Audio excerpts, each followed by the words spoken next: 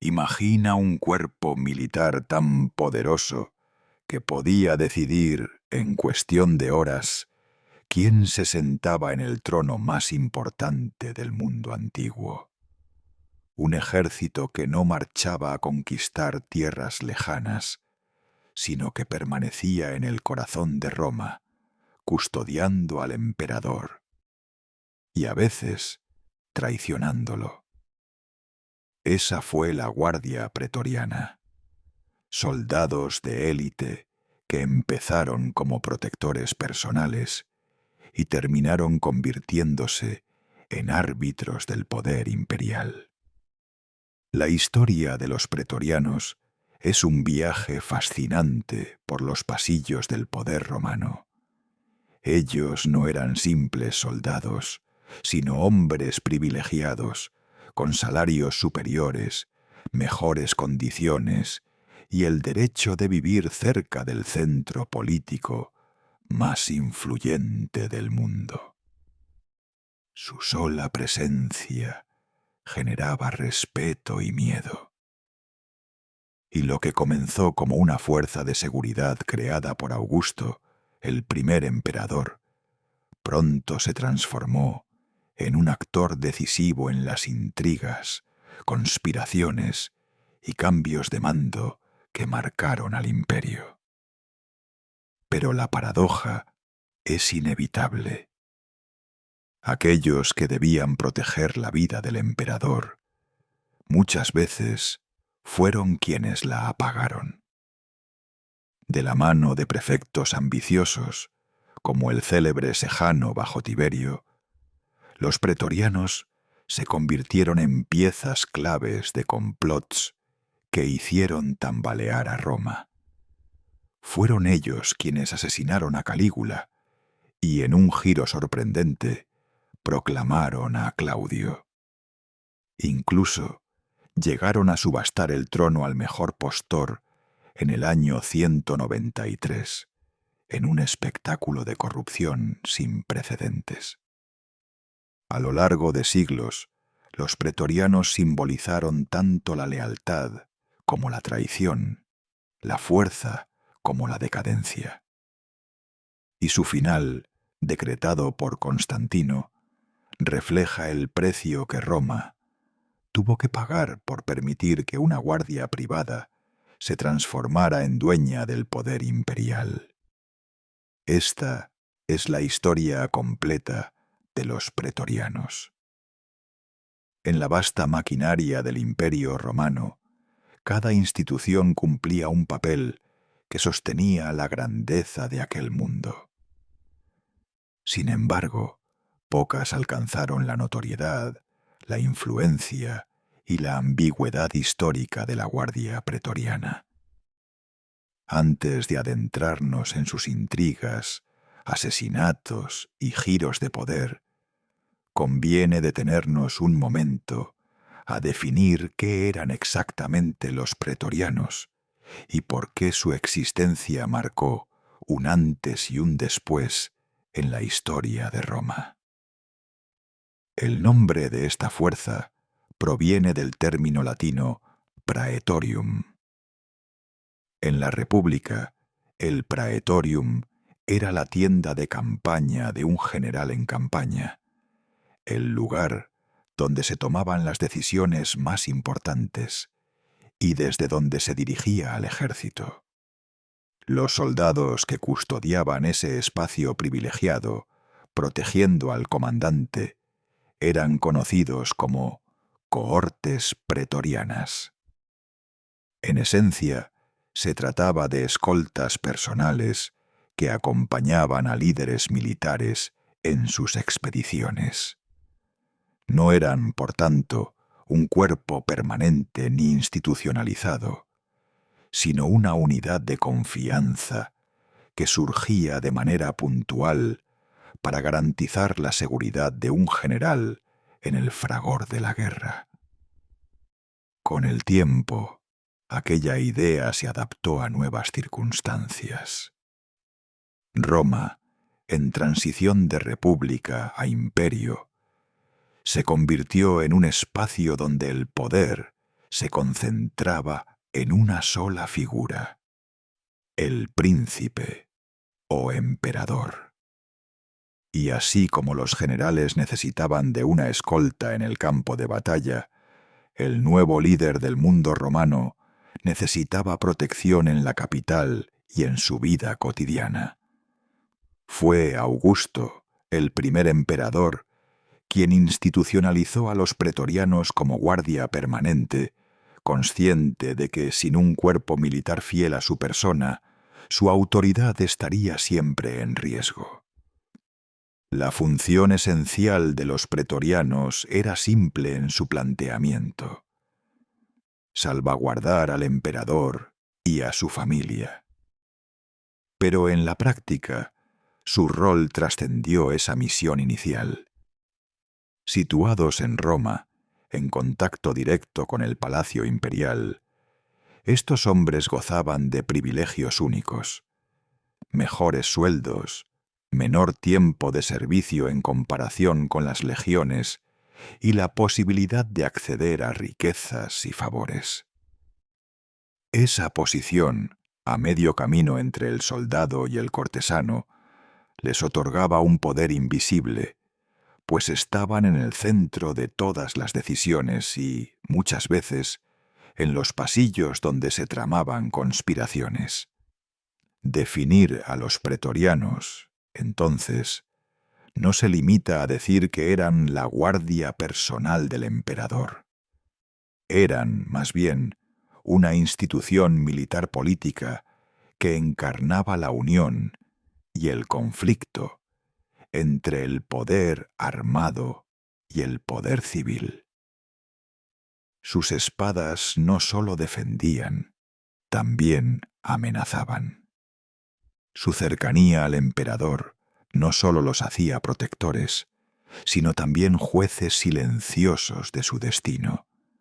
Y en esa tensión residía la paradoja que acompañaría a esta guardia durante más de 3 siglos.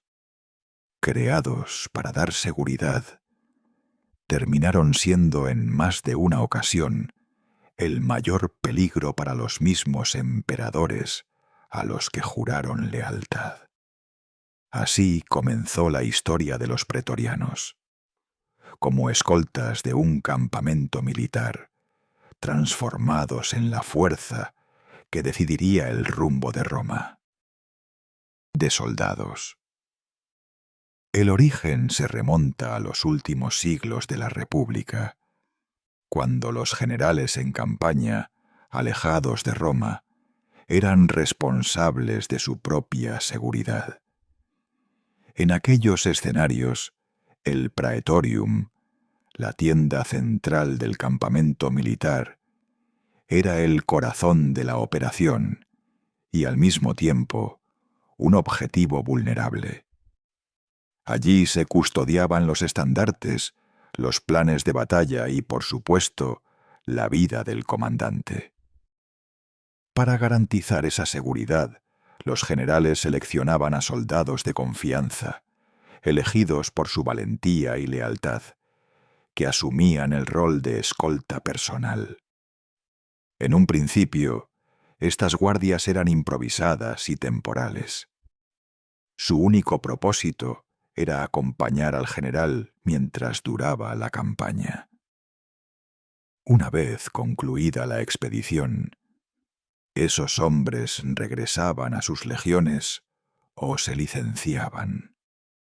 La noción de una fuerza estable, separada del ejército común, no existía aún.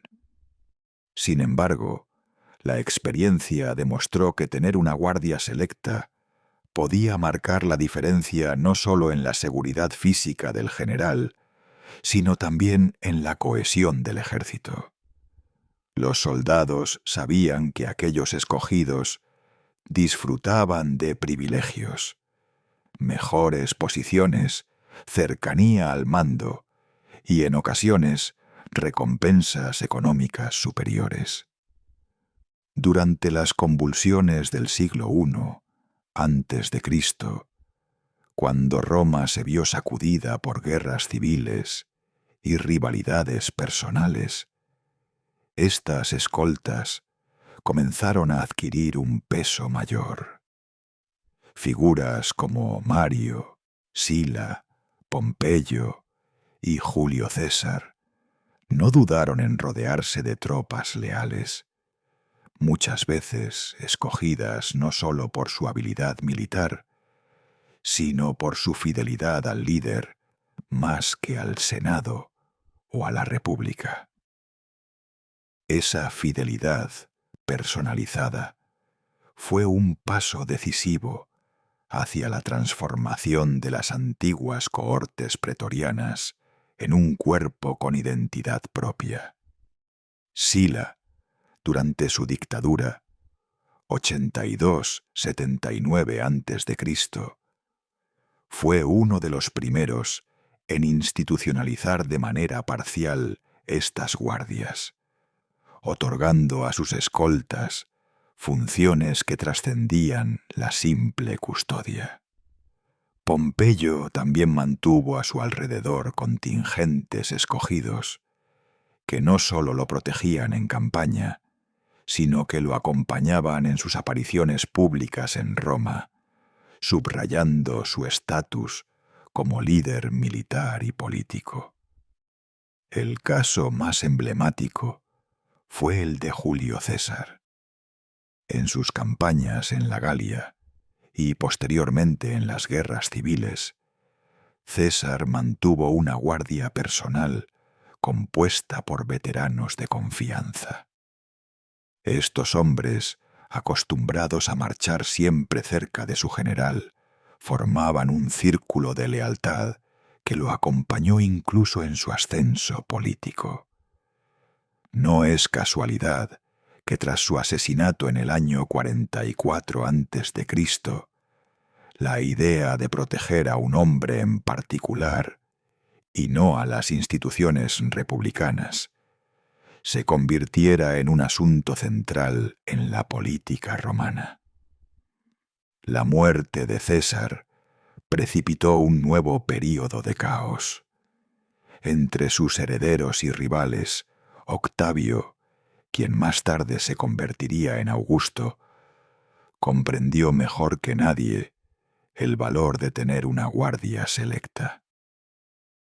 Durante la guerra contra Marco Antonio y en sus primeros años de poder, Octavio contó con cohortes personales que lo acompañaban no solo en campaña, sino también en Roma. Su astucia fue darle continuidad a una tradición militar que ya existía, pero adaptada a las necesidades de un nuevo régimen. El contexto político tras la caída de la República es clave para entender esta evolución. La Roma republicana se había sostenido sobre un delicado equilibrio entre las instituciones senatoriales, los magistrados y las asambleas populares. Pero las décadas de guerra interna habían erosionado esa estructura. Los ejércitos, cada vez más vinculados a la figura de un general que les prometía botín y tierras, se transformaron en instrumentos de poder personal. El Senado, debilitado, no podía competir con líderes militares que contaban con legiones devotas. En este escenario, la figura de Augusto necesitaba algo más que legitimidad política para consolidarse como príncipe. Necesitaba una fuerza militar en el corazón de Roma que asegurara su autoridad y, al mismo tiempo, evitara que otros repitieran las mismas tácticas que él había usado contra sus enemigos.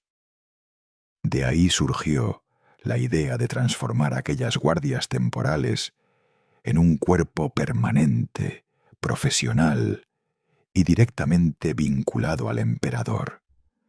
El paso de escoltas improvisadas a la guardia pretoriana no fue entonces un invento de la nada. Fue la respuesta lógica a un siglo de guerras civiles, donde la supervivencia de un líder dependía tanto de su habilidad política como de la lealtad de los hombres que lo rodeaban. Al institucionalizar esta práctica, Augusto no sólo garantizó su seguridad, sino que creó un nuevo actor en la política romana. Una fuerza armada dentro de la capital, con privilegios exclusivos y un destino entrelazado con el de la dinastía imperial. En resumen, los antecedentes de la Guardia Pretoriana muestran cómo una tradición militar se transformó en institución de poder. Lo que había empezado como una simple escolta de campaña se convirtió, bajo la sombra de la inestabilidad republicana, en la herramienta indispensable para el nacimiento del Principado. Con la victoria sobre Marco Antonio y Cleopatra en la batalla de Accio, en el año 31 a.C., Octavio se convirtió en el hombre más poderoso de Roma. No obstante, su dominio aún necesitaba consolidarse. El Senado mantenía una influencia simbólica. Las facciones políticas no habían desaparecido y los ejércitos seguían siendo la herramienta fundamental de legitimación. En este contexto, Octavio, que pronto adoptaría el título de Augusto, comprendió que un emperador no podía depender únicamente de la lealtad de las legiones estacionadas en las provincias. Necesitaba una fuerza permanente, cercana y exclusivamente leal a su persona en el corazón del imperio. Así nació, de manera formal, la Guardia Pretoriana. Augusto no partió de cero. Retomó la tradición de las escoltas personales de generales de la República, pero les dio una nueva forma institucional. Hacia finales del siglo I a.C., estableció 9 cohortes pretorianas, cada una compuesta por unos 500 a 1000 hombres. Esto equivalía, en total, a un contingente de entre 4500 y 9000 soldados de élite. La idea no era formar una simple escolta simbólica, sino un cuerpo lo suficientemente numeroso como para ser disuasivo frente a cualquier intento de rebelión o conspiración. Sin embargo, Augusto era consciente de que Roma no era una ciudad acostumbrada a la presencia permanente de tropas armadas en sus calles. La tradición republicana desconfiaba de cualquier fuerza militar dentro de la capital, por considerarla una amenaza para las libertades cívicas. Por ello, el emperador dispuso que solo 3 cohortes permanecieran en Roma de forma visible, mientras que las demás se distribuyeran en localidades cercanas a la capital. Con esta medida, Augusto equilibraba 2 necesidades: asegurar su protección inmediata y, al mismo tiempo, evitar que el pueblo y el Senado percibieran la Guardia como un ejército de ocupación. La misión oficial de estas cohortes era proteger al emperador, a su familia y a los edificios clave del poder, como el Palacio Imperial y ciertos puntos estratégicos de la ciudad. También actuaban en ceremonias públicas, desfiles y espectáculos, reforzando el aura de autoridad imperial. Pero más allá de esa fachada protocolaria, los pretorianos eran la última línea de defensa del príncipe. Si una conspiración se fraguaba en Roma, ellos serían los primeros en actuar. La organización de la Guardia Pretoriana incluía no solo a los soldados, sino también a sus mandos. Al frente de cada cohorte había un tribuno, pero la autoridad suprema recaía en los prefectos del pretorio, llamados en latín praefecti praetorio. En tiempos de Augusto, este cargo fue diseñado como un puesto administrativo y militar de confianza, con la tarea de coordinar a las cohortes y garantizar su disciplina. Con el paso de los años, los prefectos llegarían a convertirse en figuras de enorme influencia política, aunque en los primeros tiempos su papel era más discreto. Uno de los elementos clave que distinguía a los pretorianos de las legiones ordinarias eran sus privilegios. Su paga era superior a la de los legionarios comunes, lo que aseguraba que los mejores y más ambiciosos soldados aspiraran a ingresar en este cuerpo selecto, mientras que un legionario ganaba un salario base modesto y debía servir durante 20 a 25 años antes de licenciarse con una pensión. Los pretorianos disfrutaban de un servicio reducido, de apenas 16 años, y con recompensas económicas mucho mayores al finalizar. Esto les permitía no solo acumular riquezas más rápido, sino también integrarse antes a la vida civil, con ventajas económicas sobre el resto de los ciudadanos. Los beneficios no eran únicamente monetarios.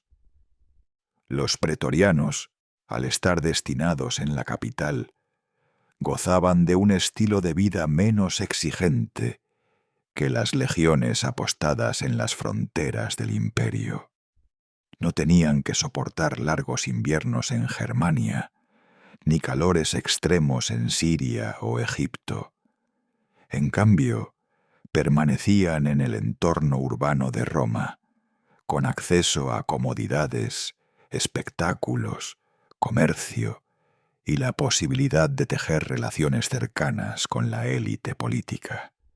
Esa cercanía al centro del poder les confería un estatus privilegiado y los convertía en actores visibles de la vida romana. La fundación de la Guardia Pretoriana bajo Augusto entonces no fue un simple detalle administrativo, sino un movimiento calculado para garantizar la estabilidad del nuevo régimen. Con un ejército profesional, disciplinado y leal en el corazón del imperio, Augusto lograba dos objetivos: proyectar su autoridad como príncipe y neutralizar cualquier intento de subversión en la capital. A partir de entonces, los pretorianos serían inseparables de la figura del emperador, tanto en su gloria como en sus momentos de mayor vulnerabilidad. Sin embargo, lo que Augusto había concebido como un escudo protector, pronto demostraría un reverso inquietante, porque una fuerza tan cercana al poder, con tantos privilegios y tan decisiva en la política de la capital, no tardaría en convertirse en algo más que una simple guardia. Y cuando eso sucedió, el destino de Roma comenzó a pender de un filo muy peligroso. Antes de continuar, recuerda que puedes disfrutar de narraciones completas como esta, descargándolas desde el enlace disponible en el video. Continuando. Con la muerte de Augusto en el año 14 después de Cristo, la Guardia Pretoriana entró en una nueva etapa de su historia. El emperador había establecido sus bases, pero sería bajo sus sucesores inmediatos, cuando la Guardia se consolidó como una institución inseparable del poder imperial. Tiberio, Calígula y Claudio heredaron no solo el trono, sino también una fuerza militar ubicada en el corazón de Roma, cuya influencia comenzaba a crecer de manera inquietante. Uno de los primeros pasos significativos ocurrió bajo Tiberio. Fue durante su reinado que se construyó el Castra Praetoria, el campamento permanente de la Guardia Pretoriana en Roma. Erigido en el año 23 después de Cristo, al noreste de la ciudad, el complejo militar podía albergar a miles de hombres y representaba una ruptura con la tradición republicana de mantener a las tropas fuera de la capital. Con el Castra Praetoria, la Guardia se convirtió en una presencia estable, visible y, sobre todo, organizada en el corazón político del imperio. Este cambio fue más que simbólico.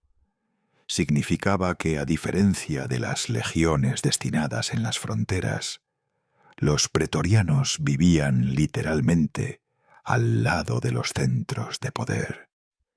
La cercanía con el Palacio Imperial en el Palatino los convirtió en actores directos de la vida cotidiana del emperador y de la corte. A partir de entonces, su presencia en ceremonias públicas, juicios y espectáculos no sólo tenía un valor de seguridad, sino también un efecto propagandístico. Recordaban a todos que la figura imperial estaba protegida por la fuerza más selecta de Roma. Sin embargo, esta proximidad también trajo consigo el inicio de los abusos de poder. El prefecto del pretorio, Sejano, encarna de manera clara esta transformación. Bajo Tiberio, Sejano reorganizó a la Guardia, concentró su fuerza en Roma y logró convertirse en uno de los hombres más poderosos de la época. Su influencia sobre el emperador le permitió eliminar rivales políticos e incluso aspirar, según algunos historiadores, al trono mismo. Aunque finalmente cayó en desgracia y fue ejecutado en el año 31 después de Cristo, su trayectoria dejó en evidencia que los pretorianos podían ser mucho más que simples protectores. Podían convertirse en árbitros del poder. Durante el reinado de Calígula, la Guardia continuó con un papel protagónico. El joven emperador, inicialmente apoyado por los pretorianos, mantuvo con ellos una relación ambivalente. En los primeros años, su popularidad lo protegió, pero a medida que sus excentricidades y abusos crecieron, la paciencia de la Guardia se agotó. En el año 41 después de Cristo, los pretorianos jugaron un papel decisivo en su asesinato. No solo participaron en el complot que acabó con su vida, sino que después de la muerte del emperador, tomaron una decisión que marcaría un precedente peligroso. Proclamaron a Claudio como nuevo príncipe. Este hecho fue una demostración sin precedentes de su poder político. Mientras el Senado debatía cómo restaurar la autoridad tras el vacío dejado por Calígula, los pretorianos se adelantaron. Encontraron a Claudio, escondido en el palacio, y lo llevaron bajo su protección. Con ese gesto, dejaron claro que la sucesión imperial no sería decidida únicamente por las instituciones tradicionales, sino que dependía de la voluntad de la Guardia. El mensaje fue contundente. Quien controlara a los pretorianos, controlaría el trono. Durante el gobierno de Claudio, la Guardia disfrutó de un período de influencia notable. El emperador, consciente de que debía su ascenso a ellos, recompensó generosamente a los soldados. Aumentó sus privilegios, otorgó donativos y reforzó su estatus como fuerza clave en el equilibrio político. A cambio, esperaba su lealtad, aunque la historia demostraría que esa fidelidad tenía límites y que, llegado el momento, los pretorianos podían cambiar de bando. En estos primeros reinados, la Guardia Pretoriana pasó de ser una institución recién establecida a convertirse en una fuerza consolidada dentro del engranaje imperial. El campamento permanente en Roma, la influencia de prefectos como Sejano y la proclamación de Claudio son hitos que ilustran cómo dejaron de ser meros guardianes para transformarse en actores de primer orden. Su cercanía al palacio imperial los convirtió en participantes inevitables de las intrigas cortesanas y, al mismo tiempo, en árbitros de la estabilidad del trono. Lo que comenzó como un escudo protector de los emperadores estaba revelando ya su faceta más peligrosa: la capacidad de decidir por sí mismos quién debía gobernar Roma.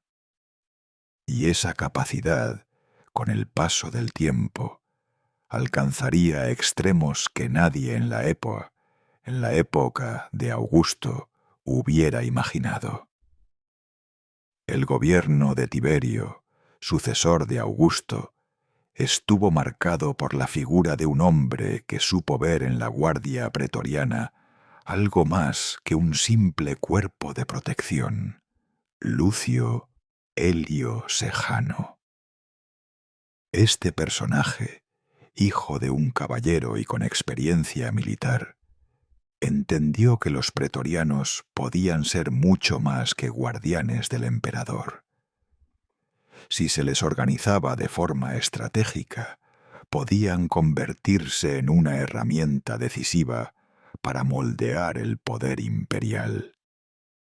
Con esta visión, Sejano se colocó en el centro de una de las etapas más tensas del Principado, revelando hasta qué punto la Guardia podía influir en el destino de Roma. En el inicio del reinado de Tiberio, la Guardia Pretoriana estaba dispersa en diferentes campamentos dentro y alrededor de Roma. Esto limitaba tanto su capacidad de acción como su visibilidad política. Fue Sejano quien propuso una reforma que cambiaría para siempre el rol de los pretorianos: concentrarlos en un único cuartel, el Castra Praetoria, construido en el año 23 después de Cristo. Este movimiento no solo facilitaba el control del cuerpo, sino que además lo convertía en una presencia palpable dentro de la capital. Por primera vez, Roma tendría en su interior un ejército permanente, algo que a muchos senadores y ciudadanos les generaba desconfianza, pero que le otorgaba a Sejano un poder sin precedentes. Tiberio, desconfiado por naturaleza y poco inclinado a lidiar con la política cotidiana, encontró en Sejano a un colaborador dispuesto a encargarse de la administración diaria y de la seguridad. Poco a poco, el prefecto se convirtió en su mano derecha. Con gran habilidad, Sejano cultivó relaciones dentro del Senado, aisló a rivales potenciales y reforzó la idea de que sólo él podía garantizar la estabilidad del Principado. Para lograrlo, utilizó a la Guardia no sólo como fuerza de custodia, sino como instrumento de intimidación velada. El respaldo de miles de soldados acampados en las puertas de Roma era un recordatorio constante de que la lealtad al emperador y, en la práctica, a Sejano no era opcional. El poder alcanzado por Sejano fue creciendo al punto de convertirse en una figura temida y respetada. Su influencia se extendía más allá de lo militar. Lograba manipular la percepción pública y senatorial. El prefecto se presentaba como protector del orden, pero su verdadero objetivo era consolidar un dominio personal. Para ello, promovió acusaciones de traición contra figuras de la élite, eliminando a opositores y concentrando cada vez más el control en sus manos. Entre los más perjudicados estuvieron los descendientes de Germánico, sobrino de Tiberio y figura muy querida por el pueblo. Las tensiones aumentaron cuando Sejano comenzó a tejer ambiciones mayores. No se conformaba con ser el segundo hombre más poderoso del imperio. Aspiraba a convertirse en heredero del trono. La estrategia pasaba por neutralizar a los descendientes legítimos de la familia imperial. Con intrigas cuidadosamente elaboradas, fue logrando apartar a posibles rivales, siempre presentando sus acciones como medidas en favor de la seguridad del Estado. Lo que en apariencia era lealtad al emperador, en el fondo era un plan calculado para abrirse camino hacia el poder supremo. El punto culminante de su ascenso llegó cuando Tiberio, cansado de la vida en Roma y cada vez más recluso, se trasladó a la isla de Capri. Desde allí, delegó en gran medida la administración a Sejano, quien se convirtió prácticamente en el gobernante de facto. La guardia pretoriana, bajo su mando, no era ya una guardia, era el instrumento que sostenía su influencia en la capital. Ningún senador, magistrado o ciudadano importante se atrevía a desafiarlo sin medir primero la reacción de los soldados que obedecían al prefecto. Sin embargo, ese mismo poder despertó recelos. El ascenso de Sejano, tan meteórico como amenazante, encendió alarmas incluso en el círculo cercano de Tiberio. En el año 31 después de Cristo, el emperador que observaba desde Capri recibió informes que confirmaban lo que muchos temían. Su prefecto no era un servidor fiel, sino un conspirador que buscaba usurpar su lugar. Con fría determinación, Tiberio decidió actuar. En un movimiento repentino, ordenó al Senado que acusara a Sejano de traición. El desenlace fue inmediato y brutal. Sejano, sorprendido por la rapidez de los acontecimientos, fue arrestado en pleno Senado y ejecutado ese mismo día. Sus seguidores y familiares corrieron la misma suerte en los días posteriores, en una purga destinada a borrar cualquier vestigio de su influencia. El episodio reveló el mayor riesgo que entrañaba la existencia de una guardia con tanto poder. Si bien podía garantizar la seguridad del emperador, también podía convertirse en la herramienta de un ambicioso capaz de amenazar el trono.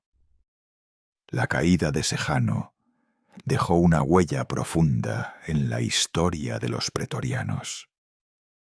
Desde entonces, la figura del prefecto fue vista con una mezcla de respeto y temor. Roma había aprendido que quien controlaba a la guardia tenía en sus manos no solo la seguridad del príncipe, sino la posibilidad de inclinar el rumbo de todo el imperio. Con Sejano la Guardia Pretoriana pasó de ser un cuerpo de élite a convertirse en una fuerza que podía dictar destinos, revelando que la lealtad armada era tan peligrosa como necesaria. El episodio que marcó con claridad el papel decisivo de la Guardia Pretoriana en las sucesiones imperiales fue el asesinato de Calígula en el año 41 después de Cristo. Para entonces, el joven emperador había pasado de ser un príncipe prometedor a un gobernante temido por sus excentricidades, excesos y actos de crueldad. Su relación con el Senado era tensa, y aunque la población al principio lo había recibido con entusiasmo, con el tiempo el descontento se generalizó. En medio de este clima, un grupo de oficiales de la Guardia, cansados de sus abusos y temerosos de su inestabilidad, decidió actuar por su cuenta. El 24 de enero de ese año, durante los juegos celebrados en el Palatino, Calígula fue atacado por varios tribunos y centuriones pretorianos encabezados por Casio Querea. El emperador cayó víctima de las espadas de quienes debían velar por su vida, demostrando que la Guardia ya no era simplemente un cuerpo de custodia, sino que podía convertirse en verdugo del príncipe. Lo que siguió fue un vacío de poder inmediato y caótico. El Senado buscaba recuperar protagonismo. Algunos nobles querían restaurar la República y los soldados aguardaban órdenes. Fue entonces cuando la Guardia se convirtió en árbitro supremo. Tras el asesinato, los pretorianos encontraron escondido en el palacio a Claudio, tío de Calígula. Se había refugiado aterrorizado, consciente de que los conjurados podían eliminar a cualquier miembro de la familia imperial para evitar rivales. Los soldados lo sacaron de su escondite y, en un gesto que marcaría un antes y un después, lo proclamaron emperador directamente en el campamento pretoriano. Este acto tenía un fuerte simbolismo. Ya no era el Senado quien decidía la continuidad del principado, sino los hombres armados que custodiaban la capital. El ascenso de Claudio no fue automático ni indiscutido. El Senado, sorprendido, debatía la posibilidad de restaurar el sistema republicano. Sin embargo, la presión de la Guardia resultó definitiva. Con Claudio bajo su protección, los pretorianos mostraron que no solo podían eliminar a un emperador impopular, sino también imponer a su sucesor. En la práctica, estaban estableciendo un nuevo precedente. La legitimidad del poder ya no dependía únicamente del linaje o de la aprobación senatorial, sino del respaldo de la Guardia que custodiaba Roma. Este episodio transformó la naturaleza del Principado. La Guardia Pretoriana pasó de ser una fuerza de seguridad a convertirse en un actor político indispensable. Su capacidad para decidir quién debía gobernar quedó demostrada de manera contundente. Si habían asesinado a Calígula, podían asesinar a cualquiera. Si habían proclamado a Claudio, podían coronar a cualquiera. Esa doble función, ejecutores y proclamadores, los situaba como jueces de la más alta autoridad en el imperio. El reinado de Claudio, aunque inicialmente tambaleante, se consolidó gracias a este apoyo. A cambio, el nuevo emperador otorgó a los pretorianos gratificaciones económicas significativas.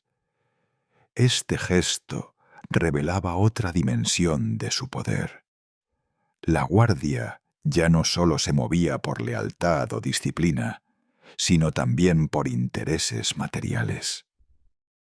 El emperador que quisiera asegurar su posición debía garantizarles recompensas, convirtiendo su favor en una moneda política de gran valor. El caso de Calígula y Claudio no fue un hecho aislado, sino un modelo que se repetiría en siglos posteriores. La guardia demostró que en momentos de crisis sucesoria podía decidir con sus lanzas y espadas quién debía ocupar el trono. Si bien su misión original había sido proteger al gobernante legítimo, ahora habían cruzado una línea. Se arrogaron el derecho de quitar y poner emperadores. Este poder inquietaba especialmente al Senado, que veía reducida su relevancia. Aunque jurídicamente aún proclamaban las leyes y reconocían al príncipe, en la práctica eran los pretorianos quienes inclinaban la balanza.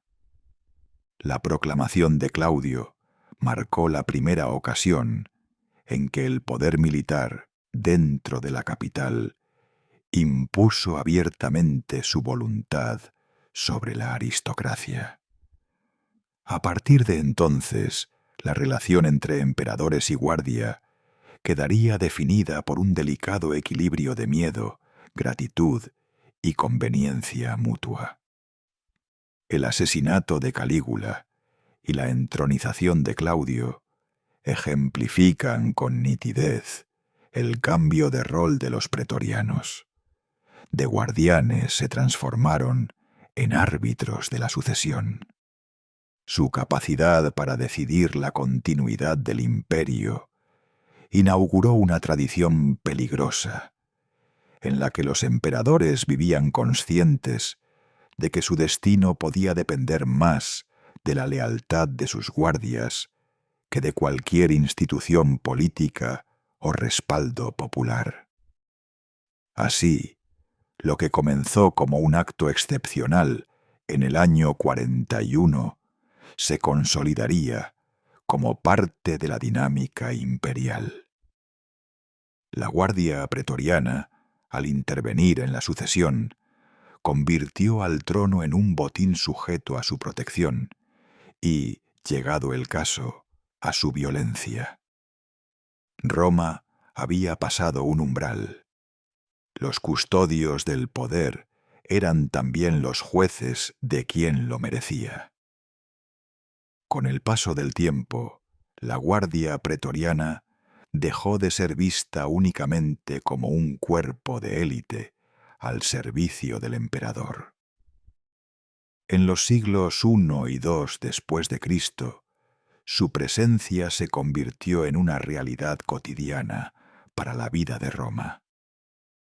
El símbolo más claro de este cambio fue la construcción del Castra Praetoria, un campamento monumental situado en las afueras de la ciudad, al noreste, levantado por orden de Sejano durante el reinado de Tiberio.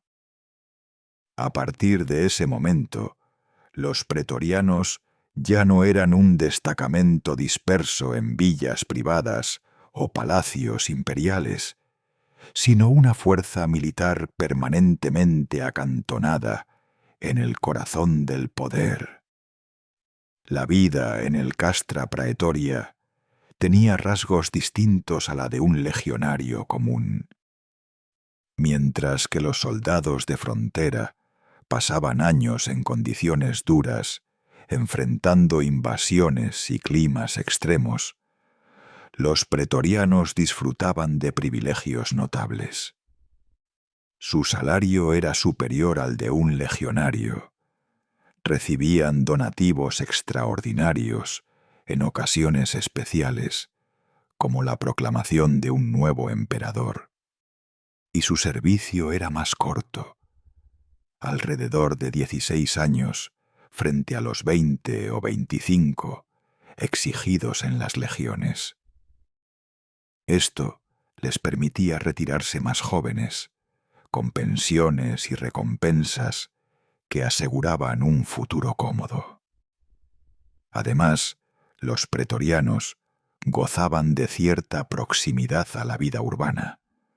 Podían disfrutar de espectáculos, mercados y beneficios sociales propios de la capital, algo impensable para un soldado estacionado en Germania o en Siria. Esa cercanía a la ciudad alimentó también una dimensión política. Estaban en contacto con rumores, intrigas y tensiones entre el Senado, el pueblo y el emperador. Y en más de una ocasión, esa presencia armada en el corazón de Roma se convirtió en un factor intimidante frente a la aristocracia senatorial. Sin embargo, el mismo sistema que les otorgaba privilegios sembraba el terreno de la corrupción. Al saberse imprescindibles, los pretorianos podían presionar al emperador para obtener mayores recompensas.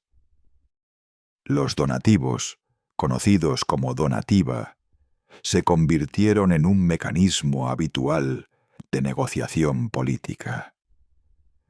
Cada nuevo emperador sabía que para asegurar su posición debía ganarse la lealtad de la guardia con generosas sumas de dinero.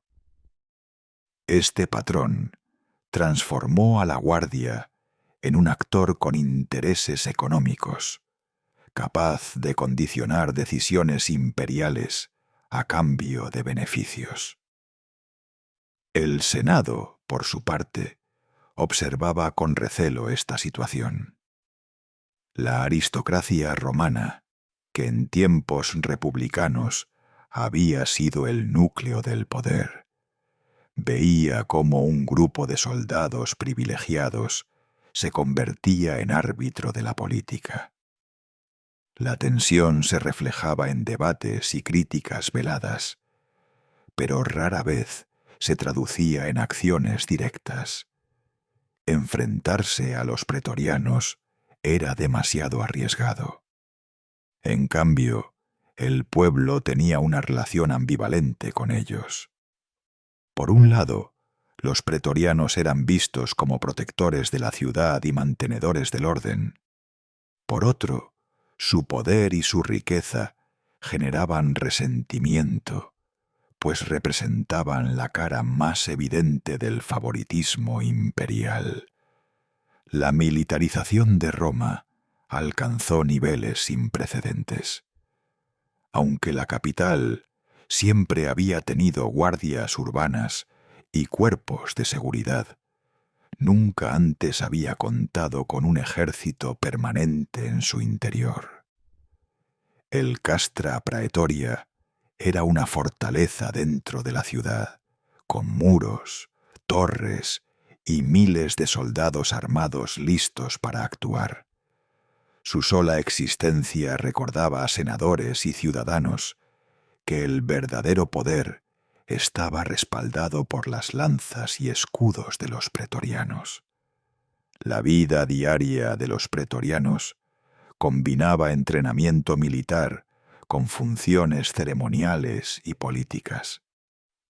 Custodiaban al emperador en apariciones públicas, vigilaban palacios y edificios clave y acompañaban a figuras de la corte en sus desplazamientos.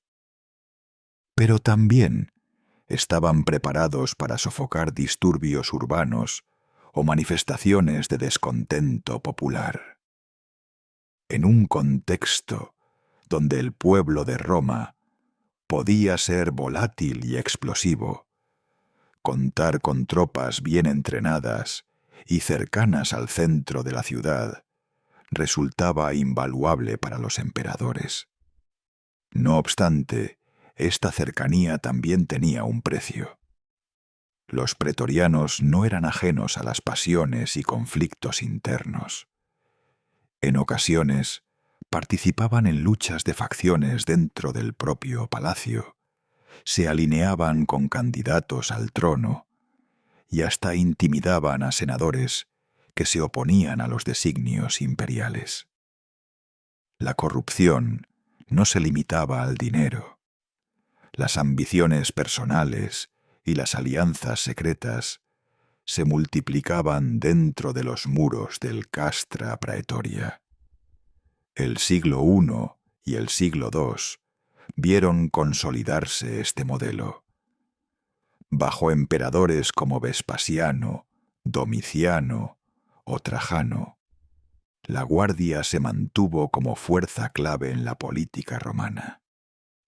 Algunos príncipes lograron mantenerla bajo control, ganando su lealtad con recompensas periódicas y apelando a su disciplina. Otros, en cambio, vieron en ella una amenaza constante, conscientes de que un cambio de ánimo en los cuarteles podía costarles el trono e incluso la vida. Así, los pretorianos pasaron de ser simples guardianes a convertirse en un poder paralelo. Sus privilegios y cercanía al centro político los diferenciaban de cualquier otra unidad del imperio. Y mientras disfrutaban de esa posición privilegiada, la ciudad misma vivía bajo la sombra de una fuerza militar instalada permanentemente dentro de sus murallas. Una paradoja que Roma había jurado evitar desde los tiempos de la República, pero que ahora se había convertido en el pilar silencioso de la estabilidad imperial. El siglo III, después de Cristo, fue una etapa convulsa en la historia del Imperio Romano, marcada por inestabilidad política, presiones externas y una sucesión vertiginosa de emperadores. En este contexto de crisis, la Guardia Pretoriana jugó un papel decisivo, consolidándose como un actor central en el juego de usurpaciones, conspiraciones y guerras civiles que sacudieron a Roma.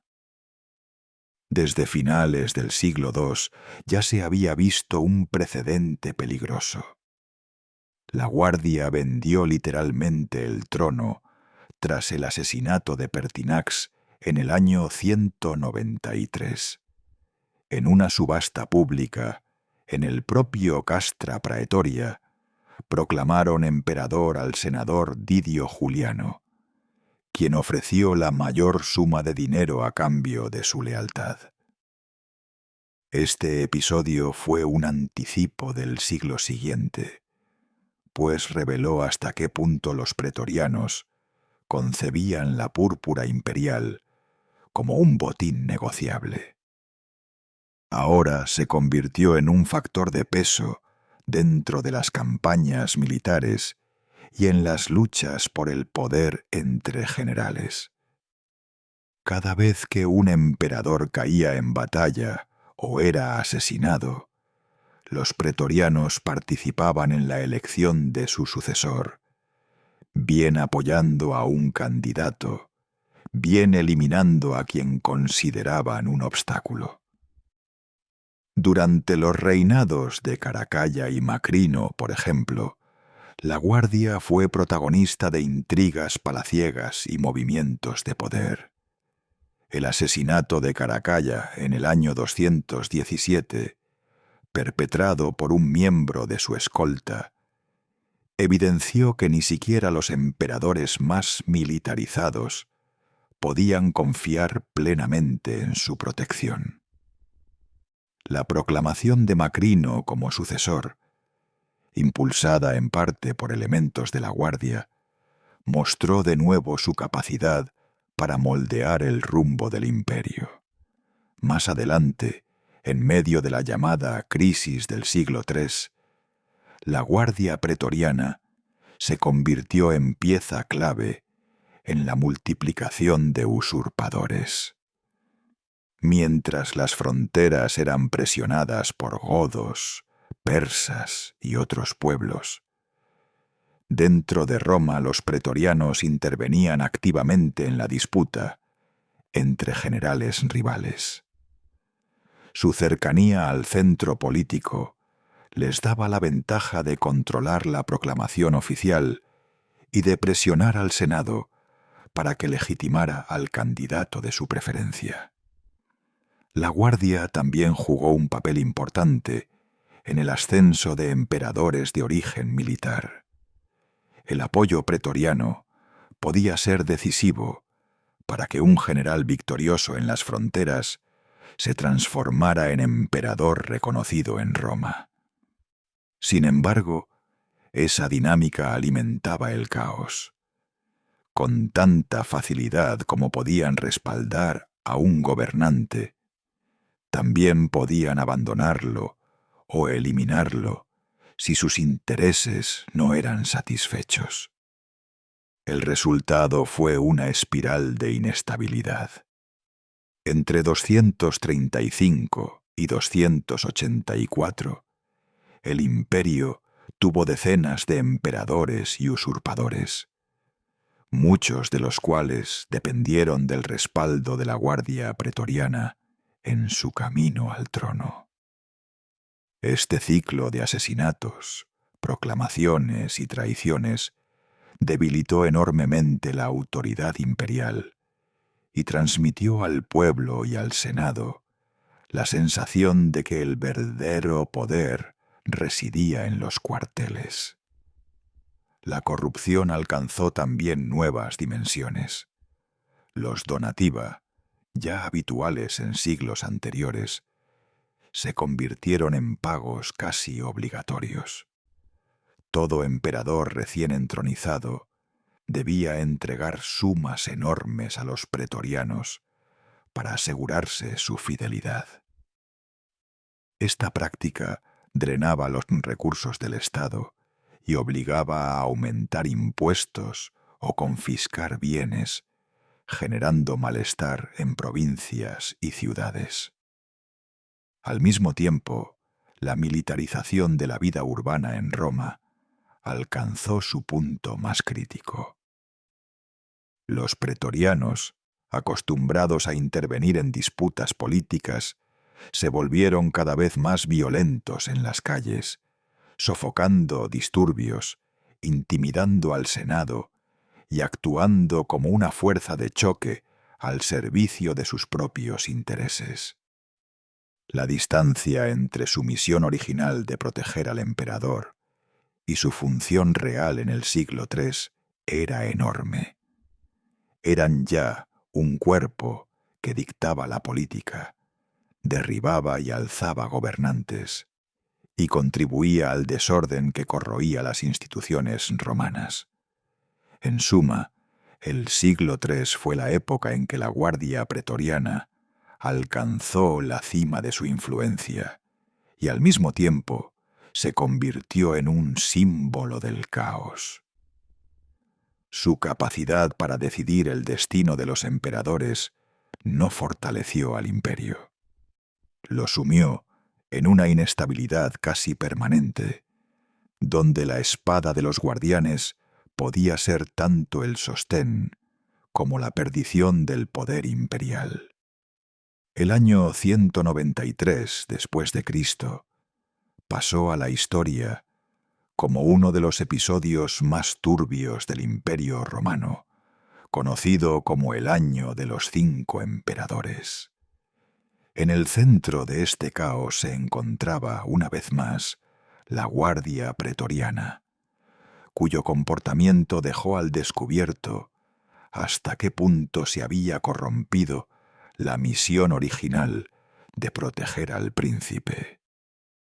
Todo comenzó con el asesinato de Cómodo a finales del 192, un emperador impopular que había gobernado con excesos y extravagancias. Tras su muerte, el Senado proclamó a Publio Helvio Pertinax como nuevo emperador.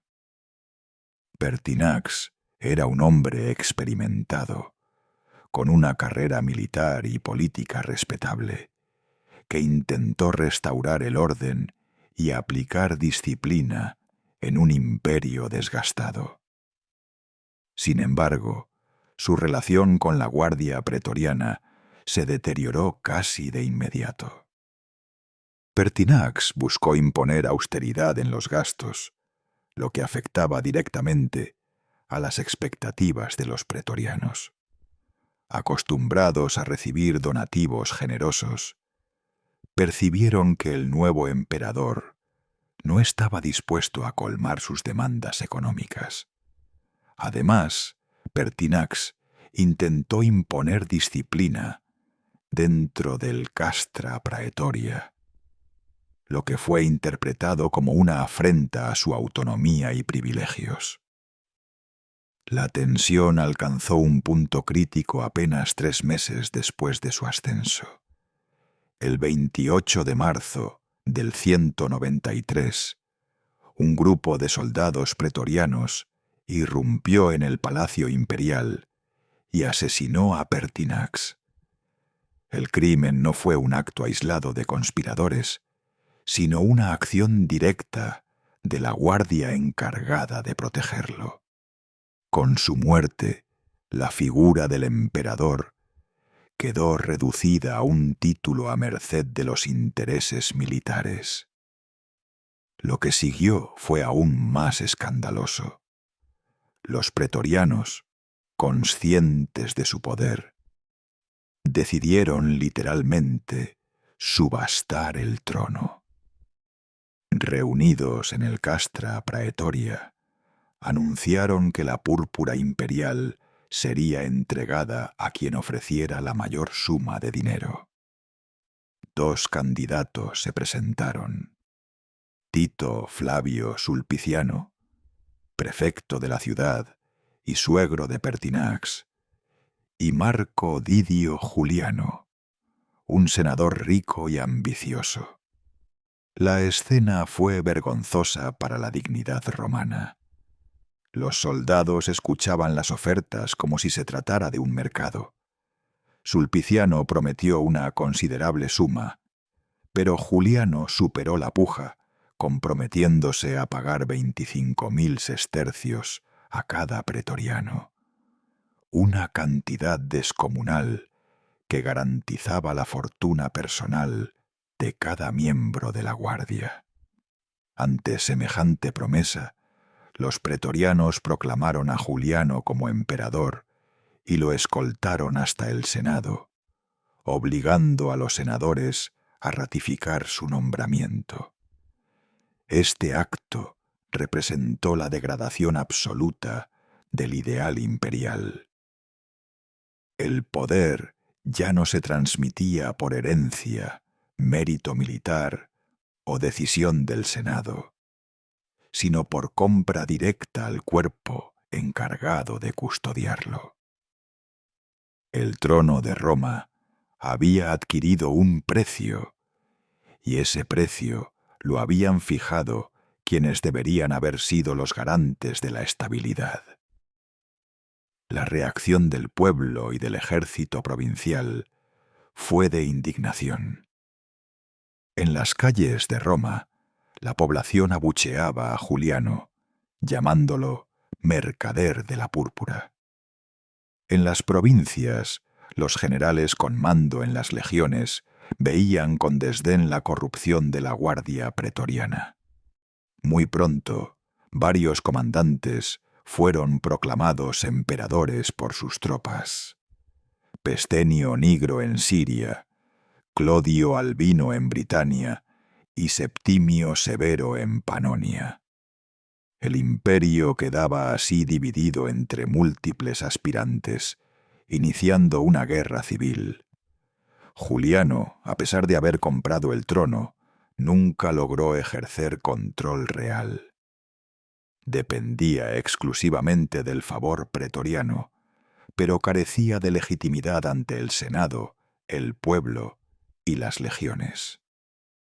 Cuando Septimio Severo marchó hacia Roma con sus tropas, la guardia pretoriana mostró su debilidad. Temiendo enfrentarse a legiones experimentadas, abandonaron a Juliano. El Senado, viendo el giro de los acontecimientos, lo condenó a muerte. Apenas 9 semanas después de su proclamación, Juliano fue ejecutado. El episodio del 193 dejó una mancha indeleble en la reputación de la guardia pretoriana.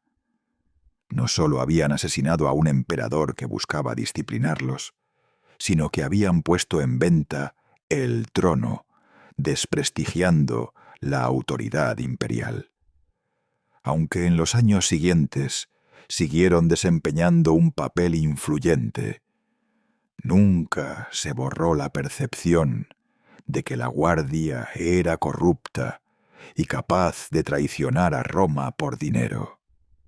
El año de los 5 emperadores fue, en buena medida, responsabilidad de los pretorianos.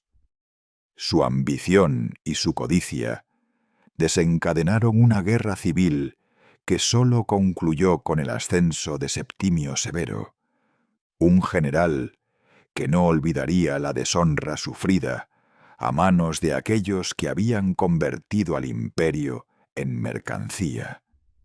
El ascenso de Septimio Severo al poder en el año 193 después de Cristo representó un punto de inflexión en la historia de la guardia pretoriana.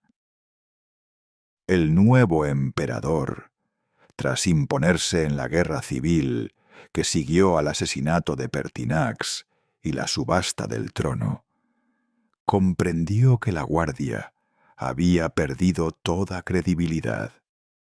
Su traición y su codicia habían dañado gravemente la estabilidad del imperio. Severo decidió entonces aplicar castigos y reformas profundas para redefinir el papel de los pretorianos. El primer paso fue un gesto ejemplar. Disolvió la guardia existente, castigando a quienes habían participado en la venta del trono a Didio Juliano.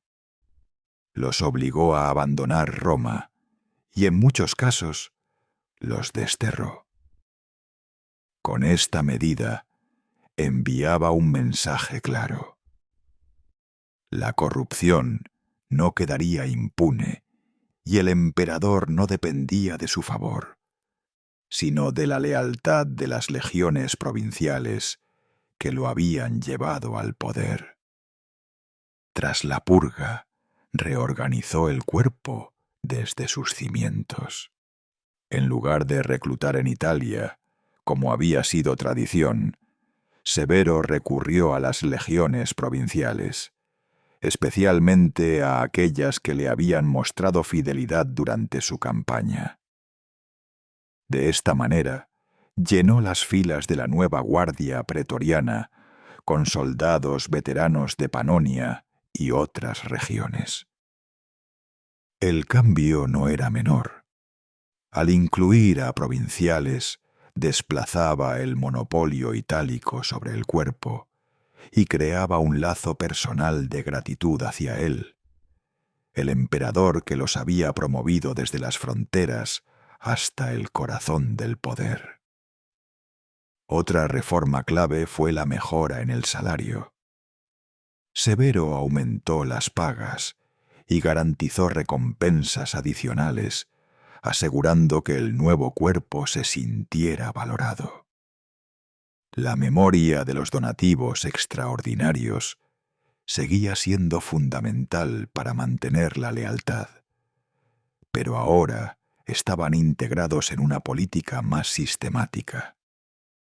El emperador quería que sus pretorianos estuvieran satisfechos, bien remunerados y, sobre todo, conscientes de que su bienestar dependía directamente de su favor. Severo también amplió las funciones del cuerpo. Los nuevos pretorianos no sólo custodiaban Roma y al emperador, sino que lo acompañaban en campañas militares. Esta práctica fortaleció lazos de camaradería entre el príncipe y sus guardianes.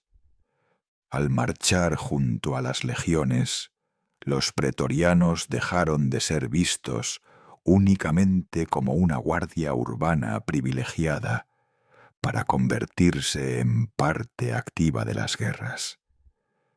Con ello, su prestigio militar creció, y al mismo tiempo se estrechó la dependencia hacia el emperador que los había convertido en combatientes de primera línea. El castra praetoria se mantuvo como símbolo del poder de la guardia en la capital, pero ahora estaba ocupado por hombres cuya fidelidad provenía más de su vínculo con Severo que de tradiciones antiguas. El emperador había logrado que la guardia dejara de ser un cuerpo con intereses propios para transformarse en una herramienta personal de su gobierno. No obstante, esta reorganización tuvo también consecuencias a largo plazo. Al abrir la puerta al reclutamiento provincial, Severo introdujo un nuevo perfil de pretoriano. Soldados endurecidos en la frontera, más acostumbrados a la disciplina y al combate real que a la vida cómoda en Roma.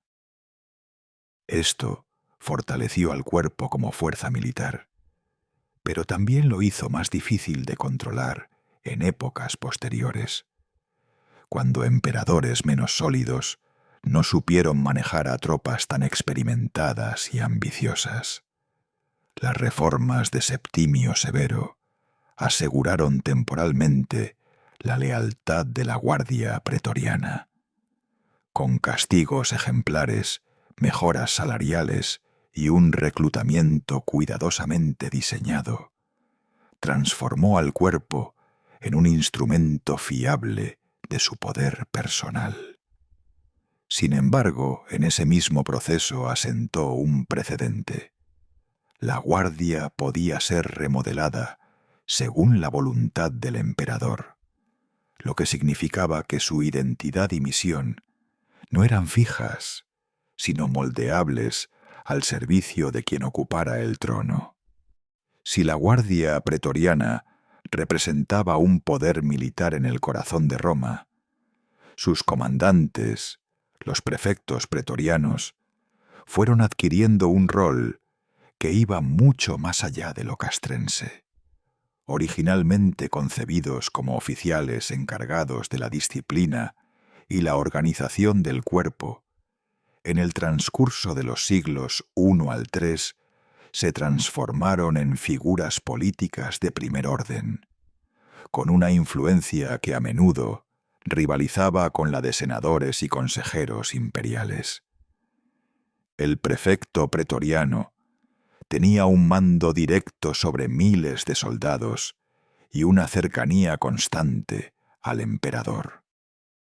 Esto les otorgaba un acceso privilegiado a la información y a la toma de decisiones. A medida que el imperio se expandía y la administración se hacía más compleja, muchos emperadores comenzaron a confiar en ellos no solo como jefes militares, sino como colaboradores políticos y administrativos. Un ejemplo paradigmático de este proceso fue Lucio Elio Sejano bajo Tiberio. Aunque su caída mostró los riesgos de acumular tanto poder, su carrera evidenció que un prefecto podía convertirse en la figura más influyente del imperio después del propio emperador. Tras él, otros prefectos asumieron papeles similares, ejerciendo influencia en los nombramientos, en las políticas de seguridad interna y en la relación entre el trono y el Senado. Con el paso del tiempo, el cargo se transformó en una especie de primer ministro imperial. Prefectos como Papiniano o Ulpiano, célebres juristas, se distinguieron no por su capacidad militar, sino por su papel en la elaboración de leyes y en la administración de justicia. Los emperadores comprendieron que la cercanía de estos hombres y su autoridad sobre la guardia los convertían en aliados naturales para la gestión de un imperio en constante tensión. En muchas ocasiones, los prefectos pretorianos actuaban como gobernadores de facto en ausencia del emperador, especialmente durante las campañas militares. Administraban la ciudad, supervisaban la seguridad y tomaban decisiones que afectaban a la política cotidiana.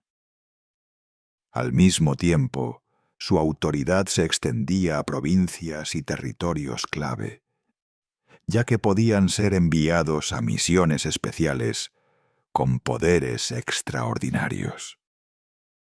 La acumulación de atribuciones convirtió al cargo en uno de los más codiciados y peligrosos de Roma. Ser prefecto significaba estar en la línea directa de sucesión al poder real, aunque sin el título imperial. Algunos aprovecharon esta posición para ambicionar la púrpura, mientras que otros se mantuvieron como fieles servidores de emperadores que delegaban en ellos buena parte de la administración. La relación entre prefectos y emperadores fue siempre delicada. Un emperador fuerte podía mantenerlos como colaboradores útiles, pero un príncipe débil corría el riesgo de verse eclipsado o incluso dominado por ellos. En este sentido, los prefectos se convirtieron en termómetro del equilibrio político. Su poder reflejaba la solidez o la fragilidad del trono. El prestigio del cargo alcanzó su cenit en los siglos II y III, cuando los prefectos no solo controlaban a la guardia, sino que también eran figuras de referencia en derecho, finanzas y gobierno provincial. En la práctica, el imperio había creado un puesto que combinaba funciones militares y civiles, adaptado a las necesidades de un Estado cada vez más vasto y complejo. Así, la figura del prefecto pretoriano dejó de ser la de un simple comandante y se transformó en una de las columnas de la política romana. Su autoridad era un recordatorio de que el poder en Roma no se basaba únicamente en la tradición senatorial o en la herencia dinástica, sino también en la capacidad de quienes, al mando de la guardia y cerca del emperador, podían decidir el rumbo de la administración imperial.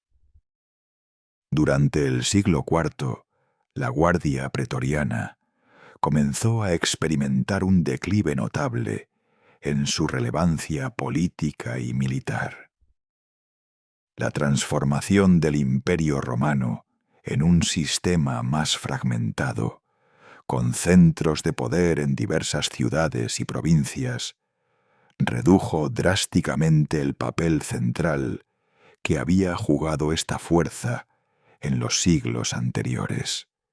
Roma, aunque seguía siendo un símbolo, dejó de ser el corazón administrativo y militar del imperio, y con ello los pretorianos perdieron buena parte de su influencia natural.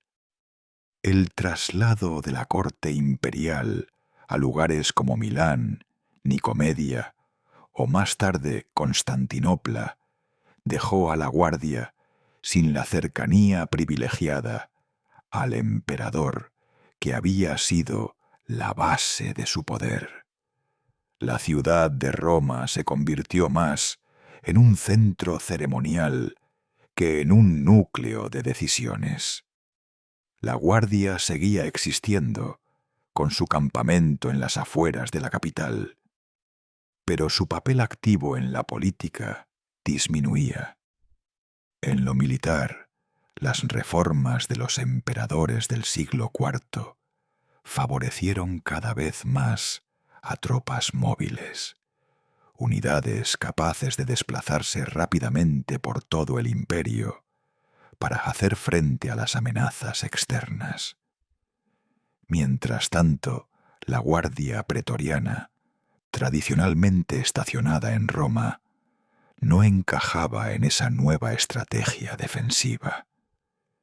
Ya no eran vistos como una fuerza imprescindible para responder a invasiones o conflictos, sino como una tropa ceremonial y, en algunos casos, problemática. A esto se sumó un cambio en la mentalidad imperial. Después de siglos de ver cómo los pretorianos habían sido responsables de conspiraciones, asesinatos y proclamaciones arbitrarias de emperadores, los gobernantes del siglo IV mostraban una creciente desconfianza hacia ellos. Aunque todavía recibían privilegios, su prestigio social empezó a decaer. Los prefectos pretorianos, antes figuras con gran poder militar, se convirtieron casi exclusivamente en burócratas, lo que fragmentó aún más la influencia del cuerpo en conjunto. En resumen, durante el siglo IV, los pretorianos ya no eran el árbitro del poder imperial, ni los guardianes temidos que habían sido. Más bien, se convirtieron en un vestigio incómodo de una Roma que se alejaba del centro de mando. La guardia seguía existiendo, pero el terreno estaba preparado para que un emperador decidido pusiera fin a su larga historia. El golpe definitivo a la Guardia Pretoriana llegó con Constantino I, quien comprendió que esta institución se había convertido en un riesgo más que en una ventaja. La ocasión se presentó en el año 312, tras su victoria en la célebre batalla del Puente Milvio contra Magencio. En aquel enfrentamiento, los pretorianos habían estado del lado de su rival, lo que confirmó a Constantino lo que muchos emperadores ya intuían. La lealtad de la guardia era siempre incierta y podía volverse contra el propio soberano. Tras asegurar su posición, Constantino actuó con decisión. Mandó disolver la Guardia Pretoriana y ordenó la demolición de su emblemático campamento, el Castra Praetoria, símbolo durante siglos de su poder en Roma. Con este gesto, no solo eliminaba a una fuerza que podía cuestionar su autoridad, sino que también enviaba un mensaje claro a todo el imperio. Ya no habría lugar para una guardia que pretendiera decidir el destino de los emperadores. Sin embargo, Constantino no dejó un vacío en su seguridad personal. En su lugar, organizó nuevas unidades de élite, conocidas como las Scholae Palatinae. Estas tropas, integradas en gran parte por soldados de origen bárbaro, que debían su carrera y privilegios directamente al emperador, fueron diseñadas para ser leales únicamente a él. A diferencia de los antiguos pretorianos, no estaban vinculados a Roma ni a una tradición institucional que pudiera conferirles poder político independiente. Las Scholae Palatinae representaban una visión distinta de lo que debía ser una guardia imperial. Una fuerza de élite, sí, pero sin el peso político que había marcado la historia de los pretorianos. Eran una extensión personal del emperador, no un cuerpo autónomo con capacidad de presión. Así, entre los años 312 y 324, se consumó la desaparición de la Guardia Pretoriana, tras más de 3 siglos de historia. Con ella se cerraba un capítulo en el que los guardianes del emperador habían pasado de ser protectores indispensables a árbitros del poder y, finalmente, a una amenaza. El legado de su disolución fue claro. Roma aprendía, aunque tarde, que ningún gobernante podía compartir su autoridad con una guardia demasiado poderosa. Aunque la Guardia Pretoriana desapareció como fuerza militar en el siglo IV, su estructura administrativa dejó un legado duradero en la forma del cargo de praefectus praetorio. Originalmente, el prefecto pretoriano combinaba funciones militares y políticas, supervisando la guardia y ejerciendo influencia en la corte imperial. Con la disolución del cuerpo, la posición se transformó en una oficina civil de gran importancia dentro del aparato del Estado. Durante la tetrarquía y el imperio tardorromano, el praefectus praetorio se convirtió en un alto funcionario encargado de la administración de regiones enteras, supervisando impuestos, justicia y logística. Su autoridad ya no dependía de la lealtad de tropas de élite, sino de la burocracia centralizada, convirtiéndolo en una especie de gobernador general con amplios poderes civiles y administrativos. Esta evolución permitió que el título sobreviviera durante siglos, incluso en la administración bizantina, donde las prefecturas desempeñaban funciones similares, organizando provincias y controlando recursos fiscales en nombre del emperador. El cambio reflejaba una transformación más amplia del imperio. El poder militar se profesionalizó y se dispersó en unidades fronterizas, mientras que las instituciones centralizadas asumieron funciones de supervisión y control. El legado de los pretorianos, entonces, no desapareció por completo. Su influencia se adaptó al contexto de un Estado que priorizaba la administración eficiente sobre la presencia de tropas en la capital.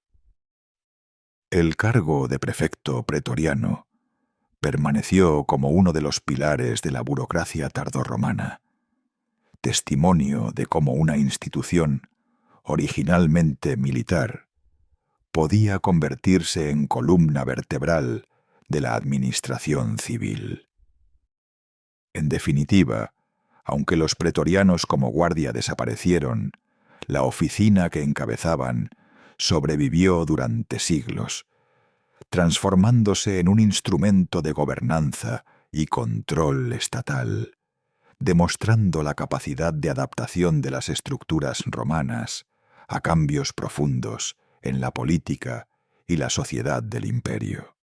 La memoria de la Guardia Pretoriana ha trascendido su existencia militar, convirtiéndose en un símbolo recurrente en la historia, la literatura y la cultura popular. Su fama de corrupción, traición y capacidad para manipular el poder imperial dejó una huella imborrable, asociándolos con la violencia política y la ambición desmedida. Desde la antigüedad, los cronistas romanos y los historiadores posteriores destacaron su papel en asesinatos de emperadores y en la imposición de guesentu de gobernantes a cambio de beneficios, consolidando un estereotipo de guardia codiciosa y peligrosa.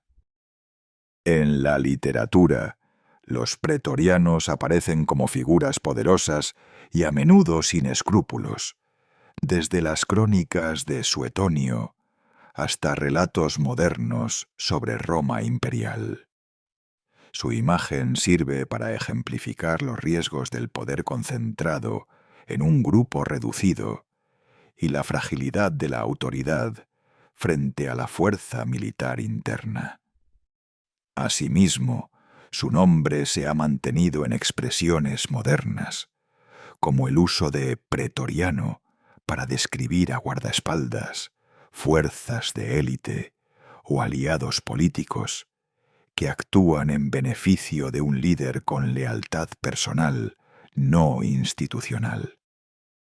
En la cultura popular contemporánea, los pretorianos siguen siendo un recurso narrativo frecuente en películas, series y videojuegos ambientados en la Roma antigua. Se representan como soldados elitistas, imponentes, disciplinados pero a menudo corruptos, reforzando su imagen histórica. Este uso mantiene viva la memoria de la guardia, aunque muchas veces de manera simplificada o estereotipada, enfocándose en su violencia y su poder político más que en su complejidad histórica y administrativa. En síntesis, la Guardia Pretoriana se ha convertido en un símbolo cultural de la ambición, la traición y la autoridad militar cercana al poder.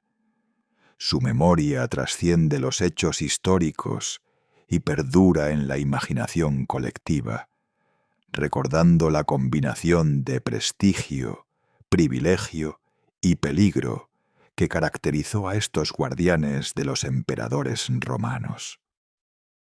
Tras más de 3 siglos de historia, la Guardia Pretoriana se consolida como uno de los elementos más fascinantes y complejos del Imperio Romano.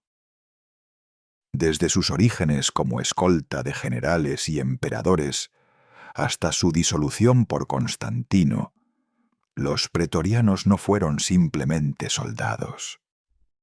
Fueron testigos y actores de los cambios más decisivos en la política, la administración y la sociedad romana.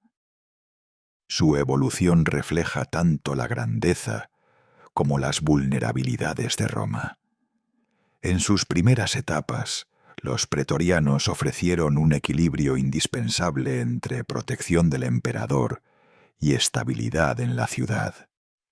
Su presencia aseguraba que el poder central contara con un respaldo militar confiable, capaz de actuar rápida y eficazmente ante disturbios o amenazas internas.